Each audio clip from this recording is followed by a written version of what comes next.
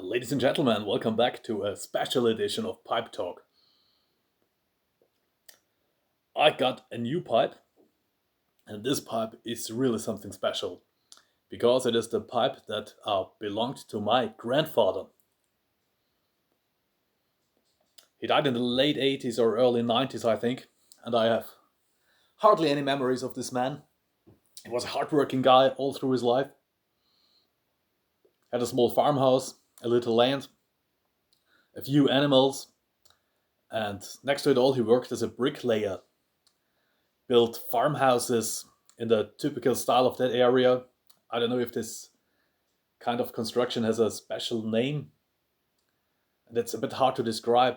They used to build in whole boulders into the walls of the farmhouses. Pretty unique style.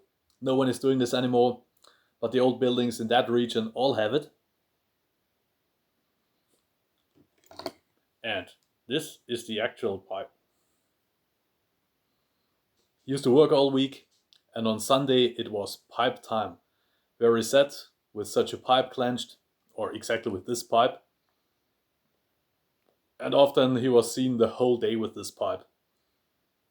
I also know which tobacco he smoked. And it's another interesting story.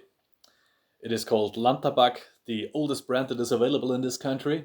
And I bought a pouch some years ago. It is very harsh, strong natural tobacco, almost like the Belgian Semois or the French Circlot tobacco. A bit too strong for me and a bit too harsh for me.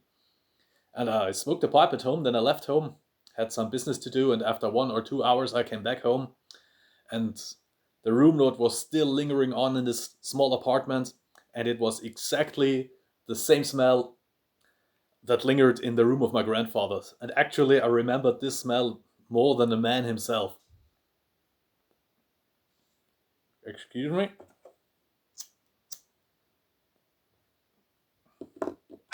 And I talked to my mom, and she still remembers how the pouches looked. And yeah, it's exactly the same Landtabak, plain brown pouches with a logo on it. So this pipe is stamped Standard Old Briar, and it's very likely that it's made by the Kemperling Company. Back in the day, they didn't use their company's name, just came up with this name or similar ones. So it's very likely made in Austria. I saw a lot of pipes with a Standard Old Briar stamp. A wonderful Briar bowl, glossy finish, likely shellac, metal lid. I don't know what exactly the English term for this one is. You probably know. The reservoir reinforced with two metal rings, likely a cherrywood stem, and a plastic mouthpiece. Don't think that it's ebonite and neither acrylic, something cheaper. A green cord with these two balls on it, holding it all together. As there are no threads or anything, these pipes are just assembled. They are stick together, and they likely fall apart. And that's why the cords do connect the different parts, so you don't lose anything. If you want to buy such a pipe and you find one on eBay, always check the reservoir for cracks. People used to force the stems into it and force the bolts into it to prevent them from falling apart and likely damaging the wood down here. So there are often cracks in the reservoir. Also, the wood here is often very thin. So keep an eye for that if you're looking for such a pipe. Pretty sure this was no expensive pipe. Mostly machine made with pre-made parts that several pipe makers of the time did use for making such pipes or similar pipes. The pipe is surprisingly clean. So this gentleman really did take care of his stuff. Another memory I have is that he was, during World War II, manning or part of an anti-aircraft unit located in Belgium. But the only thing he ever talked about the war was the starvation. They almost starved to death, supplies were that bad. And this was that big thing that did stick to him. So, cheers, fellas.